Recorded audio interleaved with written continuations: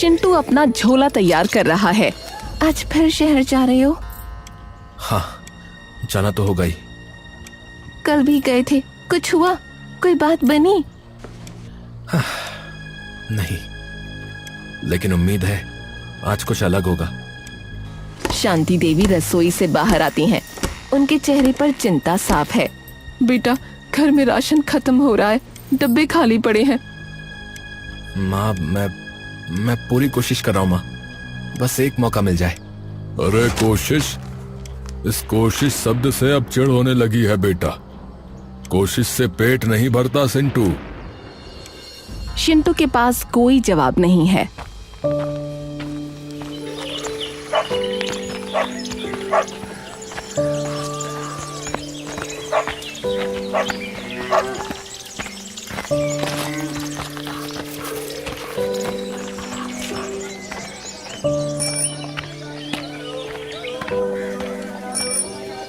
शिंटू चाय की दुकान पर खड़ा है।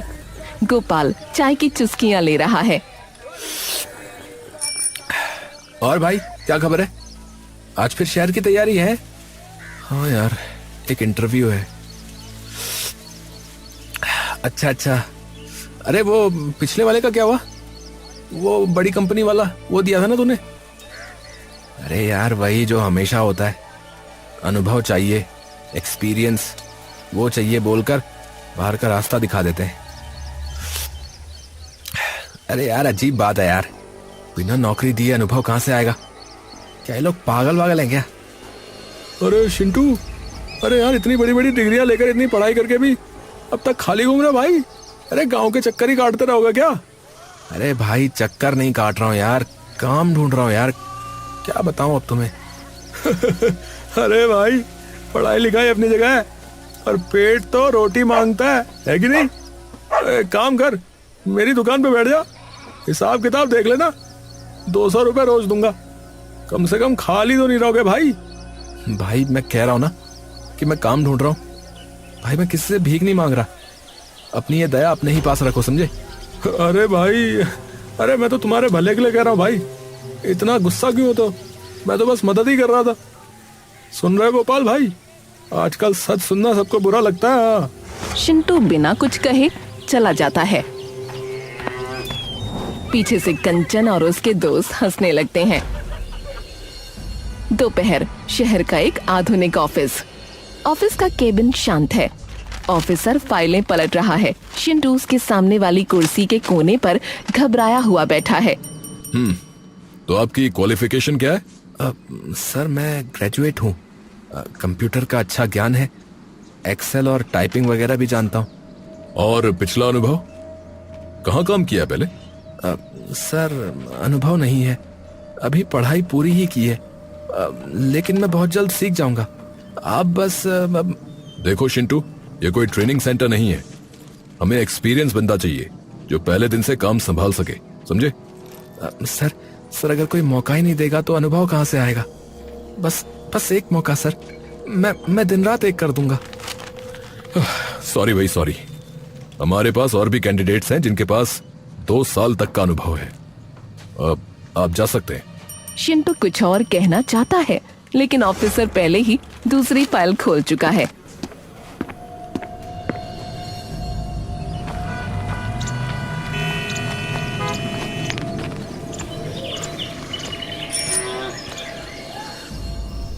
शिंटू थका हुआ लौटता है। क्या हुआ? चेहरे से तो लग रहा है कि नहीं हुआ पूनम, फिर वही अनुभव का बहाना। तभी हरिपद कमरे से बाहर निकलते हैं। अरे फिर से नहीं, फिर खाली हाथ लौट आए। हाँ बाबूजी, शहर में डिग्रियों की नहीं, पहचान और अनुभव की कीमत है। बेटा, पूरे गांव में बातें हो रही हैं। लोग कह रहे हैं कि तुम सिर्फ दिखावा कर रहे हो, असल में तुम निकम्मे हो। माँ, मैं निकम्मा नहीं हूँ। जो कहना बता देना उसको। मैं मेहनत कर रहा हूँ, मीलों पैदल चल रहा हूँ ताकि कुछ पैसे बचा सकूं। मैं कोशिश कर रहा हूँ माँ। तो फिर चिल्लाने से कुछ नहीं हो। अगर दुनिया तुम्हें निकम्मा कह रही है तो उन्हें चुप कराने का एक ही रास्ता है, खुद को साबित करो। कुछ ऐसा करो कि ये गांव तुम्हारी मिसाल दे। घर में सन्नाटा छा जाता है। बस उसकी भारी सांसों की आवाज सुनाई दे रही है। सुबह का वक्त है। चिंटू तेज धूप में पसीने से तरबतर सड़क पर चल रहा है। उसके हाथ में मुड़ी तुड़ी फाइलों का एक बंडल है। आज तो कहीं ना कहीं बात बनी जाएगी। कल वाली गलती नहीं करूंगा। वो एक छोटे से कुरियर सर्विस के ऑफिस में घुसता है। अंदर एक आदमी काउंटर पर बैठा है। नमस्ते सर। क्या यहाँ कोई वैकेंसी है? मैं कंप्यूटर का काम और डिलीवरी मैनेजमेंट देख सकता हूँ सर। नाम लिखा दो बाहर, जरूरत होगी तो बुला लेंगे। अभी कोई जगह नहीं भैया। चिंटू मायूस होकर बाहर निकलता है और एक कंस्ट्रक्शन साइट के ऑफिस में जाता है। सर क्या यहाँ मुंशी या सुपरवाइजर का काम मिल सकता है? मैं ग्रेजुएट हूँ, हिसाब किताब अच्छे से कर लूंगा। अरे भाई, यहाँ फावड़ा चलाने वाले चाहिए। हिसाब रखने के लिए हमारे पास पहले से ही बंदे हैं। अरे जाओ कहीं और देखो। सर कोई भी छोटा काम, घर में बहुत जरूरत है सर। अरे भाई बोला ना, आगे बढ़ो, काम नहीं है यहाँ। चिंटू ऑफिस से बाहर आता है। वो सड़क के किनारे फुटपाथ पर बैठ जाता है और अपनी पानी की खाली बोतल को देखता है। शहर की ऊंची इमारतें उसे डराने लगती हैं। क्या सच में इस बड़े शहर में मेरे लिए कोई छोटा सा कोना तक नहीं है? चिंटू बैठा है। पूनम उसके पास जाकर बैठती है।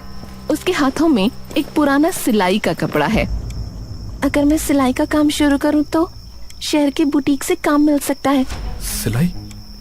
अरे फिर लोग क्या कहेंगे पूनम कि ग्रेजुएट पति घर पर बैठा है और पत्नी दूसरों के कपड़े सिल रही है। लोग अभी भी तो बोल रहे हैं उनकी बातों से घर में राशन नहीं आता, काम से आएगा।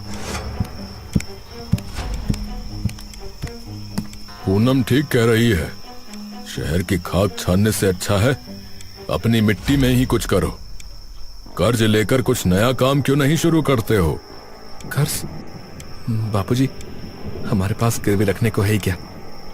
और अगर काम नहीं चला, अगर पैसा डूब गया तो हम सबके सब सड़क पर आ जाएंगे बाबूजी। अरे डरोगे तो उम्र भर अनुभव ही ढूंढते रह जाओगे। हाँ, बिना जोखिम के कोई बड़ा आदमी नहीं बना आज तक। चिंटू खामोश हो जाता है। वो पूनम के हाथों में थमी सुई धागे को देखता है और फिर अपने खाली हाथों को। कमरे में एक भारी सन्नाटा है।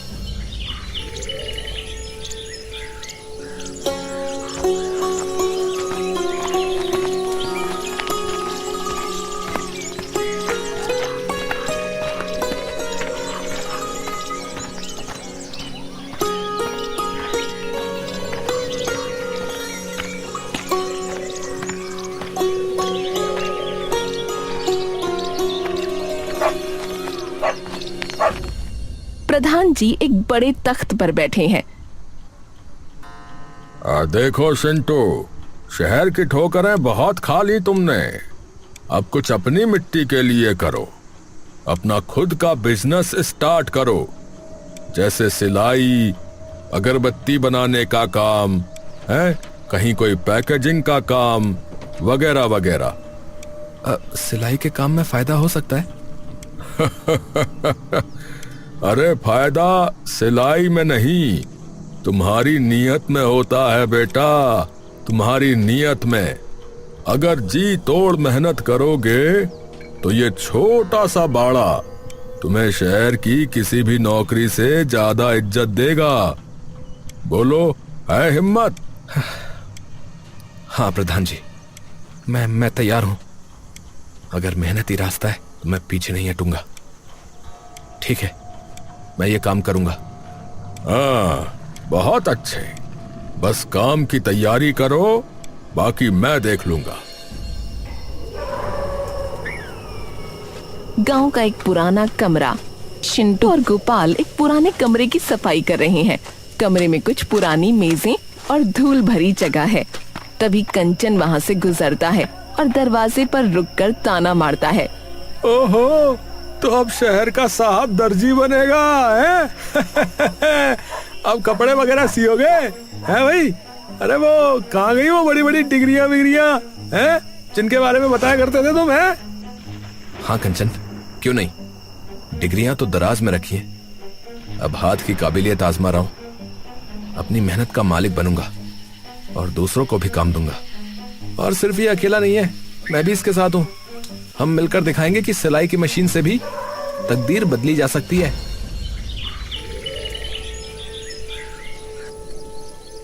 हरिपत दूर खड़े सिलाई मशीनों के खाली स्टैंड्स और कमरों के कोनों को देख रहे हैं।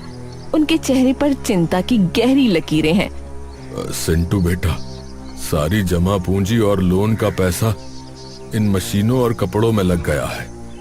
अब मुझे बहुत डर लग रहा है, गांव में ये सब चलेगा भी? डर तो मुझे भी लग रहा है बाबूजी, बहुत ज्यादा। लेकिन अब कदम आगे बढ़ा दिए तो पीछे नहीं हटूंगा। या तो डूबूंगा या फिर तैरना सीख जाऊंगा। पूनम ने मुझ पर भरोसा किया है, अब हारने का सवाल ही नहीं है। 1 महीने बाद कारखाने के अंदर सिलाई मशीनों का शोर है। तभी बिजली विभाग का एक कर्मचारी हाथ में लाल नोटिस लेकर अंदर आता है। चिंटू बाबू, पिछले 1 महीने का बिजली का बिल बाकी है, ये रहा आखिरी नोटिस। जी, लेकिन सर अभी काम शुरू ही हुआ है, पेमेंट आने में थोड़ा वक्त है। क्या कुछ दिन और मिल सकते हैं क्या? देखिए, नियम सबके लिए एक है। आपके पास सिर्फ कल सुबह तक का टाइम है। अगर बिल जमा नहीं हुआ तो बिजली काट दी जाएगी। अंधेरे में सिलाई नहीं हो पाएगी, याद रखिएगा। कर्मचारी चला जाता है। तभी एक आलीशान कार कारखाने के बाहर आकर रुकती है। शहर का एक बड़ा महाजन अंदर आता है। चिंटू, अरे तुम्हारे काम की फिनिशिंग कमाल की है भाई। मुझे अगले 2 महीनों में एक बड़ी प्रदर्शनी के लिए 500 शर्ट्स चाहिए। ये लो भाई, 1 लाख रुपए का ऑर्डर। 1 लाख का ऑर्डर? सर ये तो बड़ा मौका है। हाँ, मौका बड़ा है तो रिस्क भी तो बड़ा है। अगर 1 दिन की भी देरी हुई तो मैं सारा माल वापस कर दूंगा और हर्जाना भी लूंगा। क्या तुम तैयार हो? जी महाजन जी, मैं पूरी कोशिश करूंगा। महाजन चला जाता है। किस्मत भी कैसे कैसे खेल खेलती है।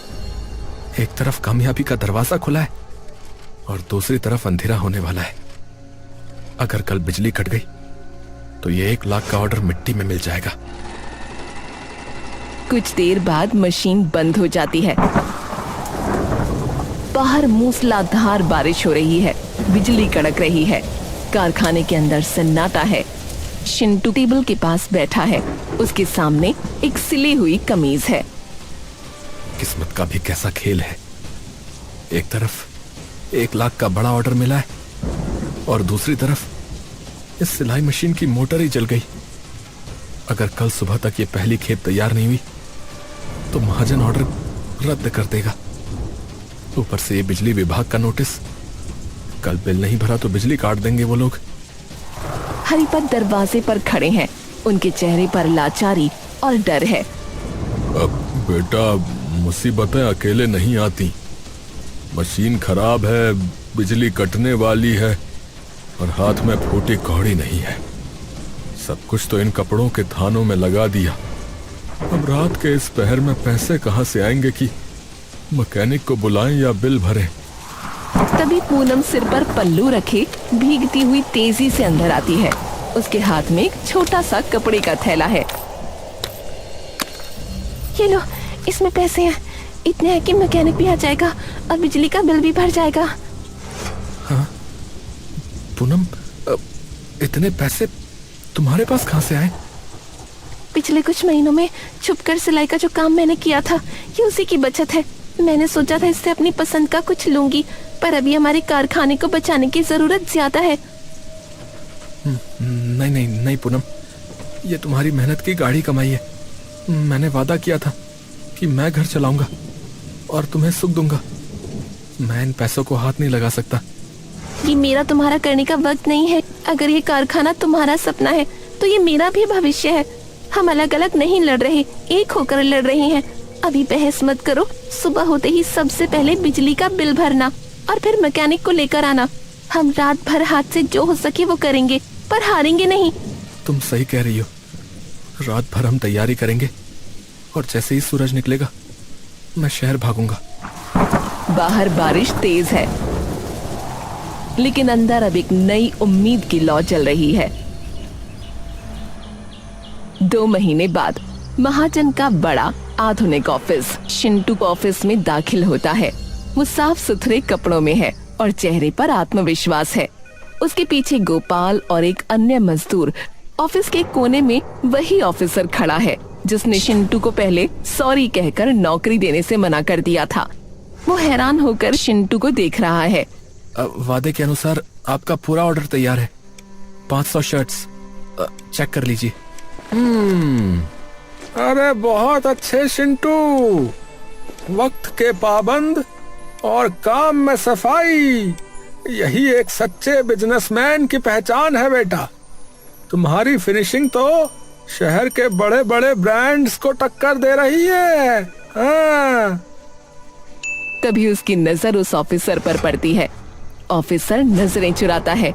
सर, आपको याद है कुछ महीने पहले मैं इसी ऑफिस में नौकरी मांगने आया था। आपने कहा था हमें अनुभव वाला चाहिए। ऑफिसर चुप रहता है। उसका चेहरा शर्म से लाल हो जाता है। महाजन भी ध्यान से सुन रहा है।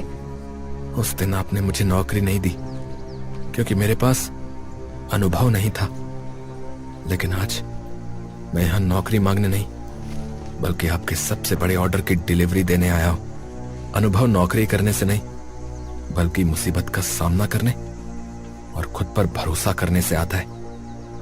आज मेरे पास भगवान की कृपा से अनुभव भी है और अपना काम भी। ये बहुत बढ़िया बात कही शिंटू। काबिलियत डिग्री या तजुर्बे की मोहताज नहीं होती, वो तो मेहनत और लगन से बनती है। मुझे खुशी है बेटा कि मैंने तुम्हें परखा। हाँ, धन्यवाद सर। और सर, उम्मीद है अगली बार जब कोई नया लड़का यहाँ आए तो आप उसे सिर्फ अनुभव की कसौटी पर नहीं परखेंगे बल्कि उसकी कोशिश को भी एक मौका देंगे। पेमेंट का चेक लेता है और गोपाल के साथ गर्व से ऑफिस से बाहर निकल जाता है। ऑफिसर उसे जाते देखता रहता है। उसके पास कहने को कुछ नहीं है। कारखाने के अंदर सिलाई मशीनों की आवाज गूंज रही है। चारों तरफ नए कपड़ों के थान और पैकिंग के लिए तैयार शर्ट्स के बंडल रखे हैं। प्रधान जी और गांव के कुछ लोग हैरान होकर अंदर का नजारा देख रहे हैं। अरे बहुत अच्छा काम किया है शिंटू, बहुत अच्छा काम किया है बेटा। तुमने पूरे गांव के युवाओं को दिखा दिया कि अपनी मिट्टी में रहकर भी किस्मत बदली जा सकती है बेटा, बदली जा सकती है। अब लोग तुम्हें साहब नहीं बल्कि मालिक कहेंगे बेटा, मालिक। तभी कंचन झिझकते हुए आगे आता है। उसके हाथ में एक छोटा सा सैंपल है और लहजा पूरी तरह बदल चुका है। शिंटू भाई, क्या मुझे अपने शहर वाले शोरूम के लिए यहाँ से कपड़े सप्लाई करोगे? तुम्हारे कपड़ों की फिनिशिंग और क्वालिटी की चर्चा पूरे बाजार में है। जरूर कंचन, काम में कोई छोटा बड़ा नहीं होता, बस उसे करने की नीयत और ईमानदारी साफ होनी चाहिए। हम साथ काम करेंगे। देखा भाई, मैंने कहा था ना कि तुम कर सकते हो। आज देखो, शहर वाले तुम्हारे पास चलकर आ रहे हैं। हरिपद पास आते हैं। उनकी आंखों में गर्व के आंसू साफ दिख रहे हैं। बेटा, बेटा मुझे माफ कर देना बेटा।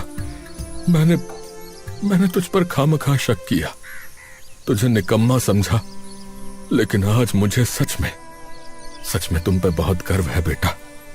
तुमने मेरा सिर ऊंचा कर दिया बेटा। बाबूजी, मुझे शहर में ऑफिस वाली नौकरी तो नहीं मिली, लेकिन मुझे मेरा अपना काम जरूर मिल गया, और यह किसी भी नौकरी की गुलामी से कहीं बढ़कर है।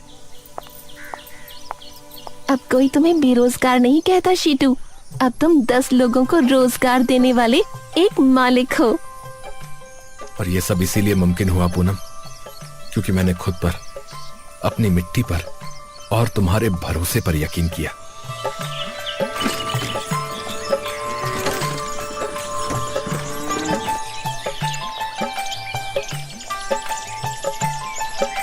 शिंटू भाई, आज चाय मेरी तरफ से है।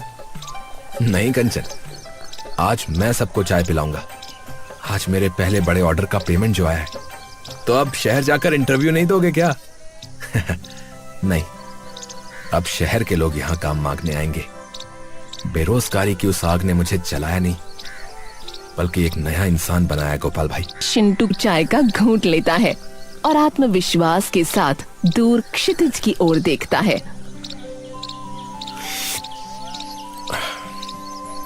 अपनी पहचान खुद बनाओ। जब तुम खुद को साबित कर दोगे ना, तो यही दुनिया जो आज तुम्हें निकम्मा कहती है, कल तुम्हारे पास काम मांगने आएगी। उठो, अपनी तकदीर अपने हाथों से लिखो, क्योंकि कोशिश करने वालों के लिए कोई भी रास्ता बंद नहीं होता।